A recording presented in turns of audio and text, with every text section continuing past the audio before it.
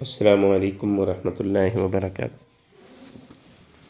آج ہم جن اہم سوالات کی جانب جائیں گے وہ 7 سے 10 نبوی کے دوران پیش آنے والے اہم واقعات ہیں، جن میں سے سب سے بڑا واقعہ مقاطعہ کا ہے، پھر معراج کا ہے، پھر سفر طائف کا ہے۔ 7 نبوی میں اسود بن عبد المطلب، ولید بن مغیرہ، عاص بن وائل سہمی، امیہ بن خلف حضرت ابو طالب کے پاس عمار بن ولید کو لے کر آئے اور کہا کہ اس کو لے لیں اور اس کی جگہ پر ہمیں محمد کو دے دیں۔ تو حضرت ابو طالب نے اس سے منع کیا۔ پھر انہوں نے آپ صلی اللہ علیہ وسلم کو کئی پیشکشیں کی، جن میں سے ایک بڑی پیشکش یہ تھی کہ 1 سال آپ ہمارے بتوں کی پوجا کیا کریں، 1 سال ہم آپ کے خدا کی پوجا کریں گے۔ تو اس موقع پر سورہ کافرون نازل ہوئی۔ یہ لوگ واپس چلے گئے اور واپس جا کر انہوں نے سماجی اور اقتصادی طور پر بنو ہاشم کا مقاطعہ کیا۔ یہ مقاطعہ 14 محرم سن 7 نبوی کو لکھا گیا ہے وادی محسب میں، خیف بنی کنانہ کے اندر بغیظ بن عامر بن ہاشم نے یہ مقاطعہ لکھا ہے اور یہ لکھ کر بیت اللہ پر لٹکایا گیا۔ تو بنو ہاشم شیب ابی طالب میں چلے گئے۔ شیب ابی طالب جبل ابی قبیس اور جبل خندمہ کے درمیان ایک چھوٹا سا درہ ہے۔ اس دوران 3 سال تک 7 نبوی، 8 نبوی، 9 نبوی اور 10 نبوی کی ابتدا تک یہ 3 سال یہ حضرات اس میں رہے ہیں۔ اس دوران ان کے ساتھ مکمل بائی کاٹ رہا ہے، بچے بھوک سے بلکتے تھے۔ حکیم بن حزام رضی اللہ تعالیٰ عنہ واحد آدمی تھے جو کھانا لاتے تھے۔ اس معاہدے کو ختم کرنے کی کوشش ہشام بن عمر، زہیر بن امیہ اور مطعم بن عدی نے کی ہے، اور 10 محرم کو مقاطعہ ختم ہوا ہے۔ محرم 10 نبوی کو یہ مقاطعہ ختم ہوا ہے۔ آپ صلی اللہ علیہ وسلم 50 سال کے تھے، ابو طالب 82 سال کے تھے۔ رجب 10 نبوی میں حضرت ابو طالب کا انتقال ہوا ہے۔ پھر اس کے بعد حضرت خدیجہ رضی اللہ تعالیٰ عنہا کا انتقال ہوا، وہ 65 سال کی عمر میں تھی۔ رمضان 10 نبوی میں ان کا انتقال ہوا ہے۔ اس کے بعد شوال 10 نبوی میں آپ صلی اللہ علیہ وسلم نے حضرت خولہ رضی اللہ تعالیٰ عنہ کے ذریعے حضرت سودا بنت زمعہ رضی اللہ تعالیٰ عنہ سے نکاح فرمایا ہے۔ حضرت سودا بنت زمعہ رضی اللہ تعالیٰ عنہ قد میں لمبی تھی۔ رجب 10 نبوی میں آپ صلی اللہ علیہ وسلم کے ساتھ معراج کا واقعہ پیش آیا ہے۔ معراج کا واقعہ 2 صورتوں میں ذکر ہے، بنی اسرائیل اور سورہ نجم۔ آپ صلی اللہ علیہ وسلم کے سفر کے 2 حصے تھے۔ ایک اسرا کہلاتا ہے، آپ ام ہانی کے گھر پہ تھے جو حضرت ابو طالب کی بیٹی ہیں فاختہ بنت ابی طالب۔ ان کے گھر سے بیت المقدس تک آپ کو براق کے ذریعے لے جایا گیا، اس کو اسرا کہا جاتا ہے۔ وہاں پر آپ صلی اللہ علیہ وسلم نے انبیاء کو امامت کروائی ہے۔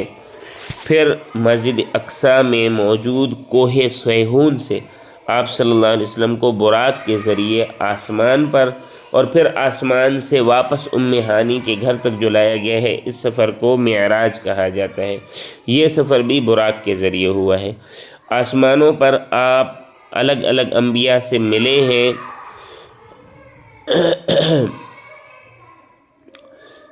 ان انبیاء کی ملاقات کے خلاصے کو یاد کرنے کے لیے ایک لفظ ہے اعیاہما، اعیاہما، الف عین یا الف ہا میم الف، اعیاہما اگر یاد کر لیا جائے تو انبیاء کی ترتیب کے ساتھ یاد ہو جاتا ہے۔ الف کے ساتھ آدم پہلے آسمان پر، عین کے ساتھ عیسیٰ و یحییٰ دوسرے آسمان پر، یا کے ساتھ یوسف تیسرے آسمان پر، الف کے ساتھ ادریس چوتھے آسمان پر، ہا کے ساتھ ہارون 5ویں آسمان پر، میم کے ساتھ موسیٰ 6ٹھے آسمان پر، الف کے ساتھ ابراہیم 7ویں آسمان پر ملاقات ہوئی ہے۔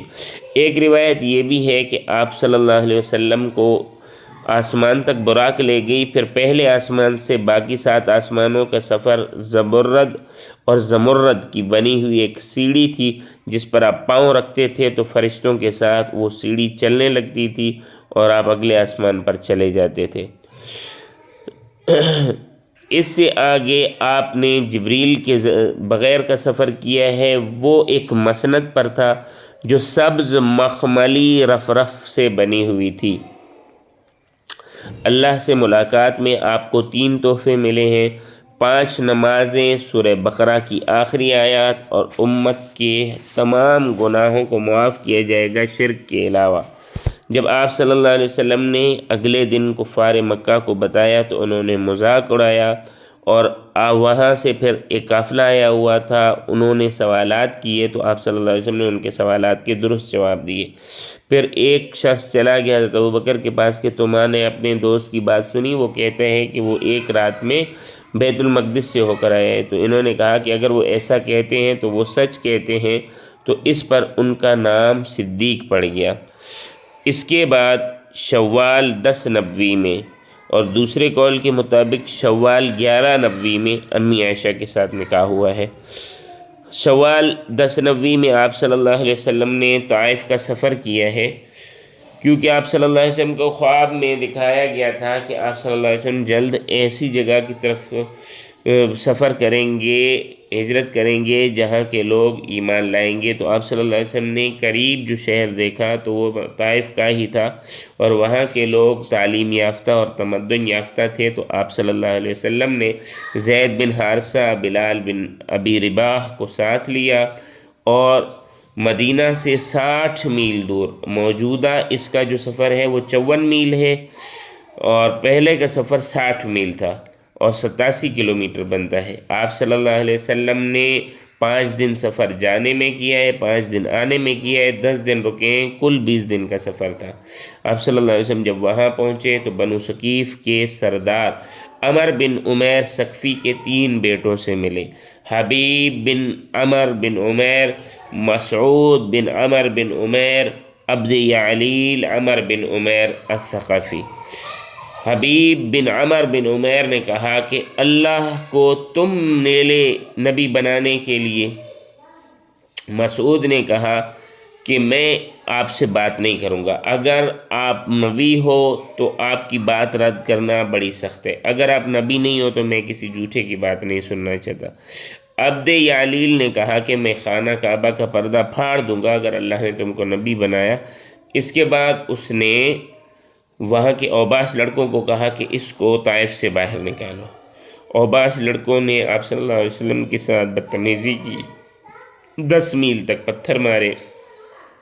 پھر آپ صلی اللہ علیہ وسلم چلتے رہے یہاں تک کہ وادی نخلا سے 3 میل پہلے ایک انگور کے باغ میں درختوں کے سائے کے نیچے بیٹھ گئے۔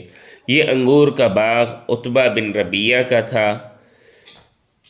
وہاں عتبہ بن ربیعہ نے جب آپ صلی اللہ علیہ وسلم کو خون سے لت پت دیکھا تو آپ صلی اللہ علیہ وسلم کو انگور دینے کے لیے اپنے غلام عداس کو کہا۔ عداس نینوا سے تھے اور یہ وہاں لے کر چلے گئے انگور آپ صلی اللہ علیہ وسلم کے پاس۔ تو آپ صلی اللہ علیہ وسلم نے بسم اللہ الرحمن الرحیم پڑھ کر جب اٹھایا تو اس نے کہا یہ ایسی چیز ہے جو یہاں کے لوگ نہیں کہتے۔